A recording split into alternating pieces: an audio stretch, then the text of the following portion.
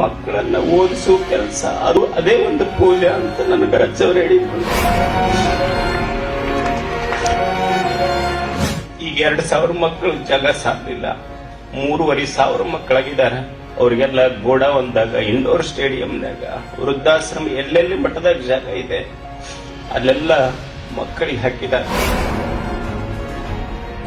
ಓದ್ಲಿಕ್ಕೆ ಎಷ್ಟು ಸಮಸ್ಯೆ ಇತ್ತು, ಓದ್ಲಿಕ್ಕಾಗಲಿಲ್ಲ.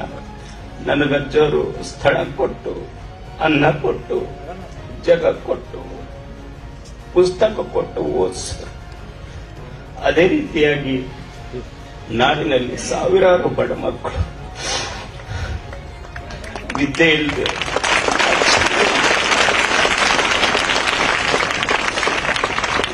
ಉಳಿಬಾರ್ದು. ಗವಿಸಿದ್ದ ನನ್ನ ಜೋಳಿಗೆಯೊಳಗೆ ಎಷ್ಟು ಶಕ್ತಿ ಕೊಟ್ಟಾನ, ಅಷ್ಟು ಸಾಧ್ಯ ಆಗುವಷ್ಟು ಮಕ್ಕಳನ್ನ ಓದಿಸೋ ಕೆಲಸ ಅದು ಅದೇ ಒಂದು ಪೂಜೆ ಅಂತ ನನಗೆ ಅಜ್ಜವ್ರು ಹೇಳಿದ್ರು. ಆ ನಿಟ್ಟಿನಲ್ಲಿ ಇವತ್ತು ಸುಮಾರು 160 ಮಕ್ಕಳಿದ್ದಿಂದ ಶುರುವಾಗಿ ನಾವು 1000 ಮಕ್ಕಳಕ್ಕಂತ ಶುರು ಮಾಡಿದ್ವಿ. ಸುಮಾರು 2,000 ಮಕ್ಕಳಾದ್ರು. ಈಗ 2,000 ಮಕ್ಕಳು ಜಾಗ ಸಾಲಿಲ್ಲ, 3,500 ಮಕ್ಕಳಾಗಿದ್ದಾರೆ. ಅವ್ರಿಗೆಲ್ಲ ಗೋಡಾವನ್ದಾಗ, ಇಂಡೋರ್ ಸ್ಟೇಡಿಯಂನಾಗ, ವೃದ್ಧಾಶ್ರಮ ಎಲ್ಲೆಲ್ಲಿ ಮಟ್ಟದಾಗ ಜಾಗ ಇದೆ ಅಲ್ಲೆಲ್ಲ ಮಕ್ಕಳಿಗೆ ಹಾಕಿದ್ದಾರೆ. ಇನ್ನೂ ಸುಮಾರು 400-500 ಜನ ವಿದ್ಯಾರ್ಥಿಗಳು ಅವರ ಹೆಸರು ಬರೆಸಿ ಹೋಗಿದ್ದಾರೆ. ಅವರಿಗೆಲ್ಲ ಅನಾನುಕೂಲ ಆಗ್ತಾ ಇದೆ.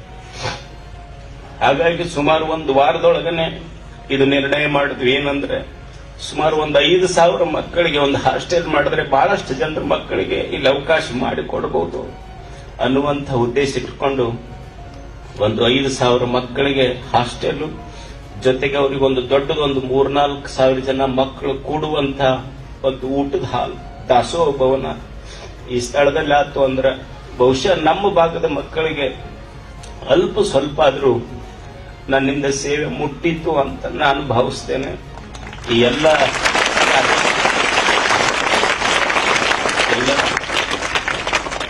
ಹಿರಿಯರು ಬಂದಿದ್ದಾರೆ, ಜನಪ್ರತಿನಿಧಿಗಳು ಬಂದಿದ್ದಾರೆ, ಅಧಿಕಾರಿಗಳು ಬಂದಿದ್ದಾರೆ. ಅವರೆಲ್ಲರ ಪ್ರೀತಿ, ಪ್ರೇಮ, ಹಿರಿಯರ ಸಹಕಾರ ಇರಲಿ. ಗವಿಸಿದ್ದ ನನ್ನ ಜೋಳಿಗೆ ಶಕ್ತಿ ಕೊಡ್ಲಿ ಅಷ್ಟೇ ಬೇಡೋದು. ಇದನ್ನ ಎಷ್ಟು ಜಲ್ದಿ ಸಾಧ್ಯ ಇದೆನೋ ಅಷ್ಟು ಜಲ್ದಿ ಈ ಕಾರ್ಯಕ್ರಮವನ್ನು ಮುಗಿಸಿ 5,000 ಮಕ್ಕಳಿಗೆ ಇಲ್ಲಿ ಅವಕಾಶ ಮಾಡಿಕೊಡ್ಲಿಕ್ಕೆ ಗವಿಸಿದ್ದ ಅದೊಂದು ಶಕ್ತಿ ಕೊಡ್ಲಿ ಅಂತ ಪ್ರಾರ್ಥಿಸಿ ಈ ಕಾರ್ಯಕ್ರಮಕ್ಕೆ ಎಲ್ಲರೂ ಪ್ರೀತಿಯಿಂದ ಬಂದಿದ್ದಾರೆ. ನೋಡ್ರಿ, ಒಂದು ಫೋನ್ ಮಾಡಿವಿ ಅಷ್ಟೇ, ನಾವ್ ಯಾರಿಗೆ ಏನು ಆಮಂತ್ರಣ ಕೊಟ್ಟಿಲ್ಲ, ಏನೂ ಇಲ್ಲ.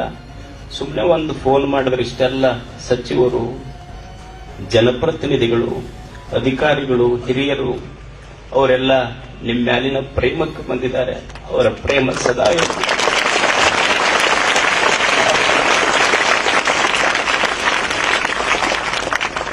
ಗವಿಮಠ ಸದಾ ಬಡ ಮಕ್ಕಳಿಗೆ ಇದು ಆಶ್ರಯ ತಾಣ ಆಗಲಿ ಅಂತ ಆಶಿಸಿ ನಮ್ಮ 2 ಮಾತುಗಳನ್ನು ಮುಗಿಸ್ತೇನೆ.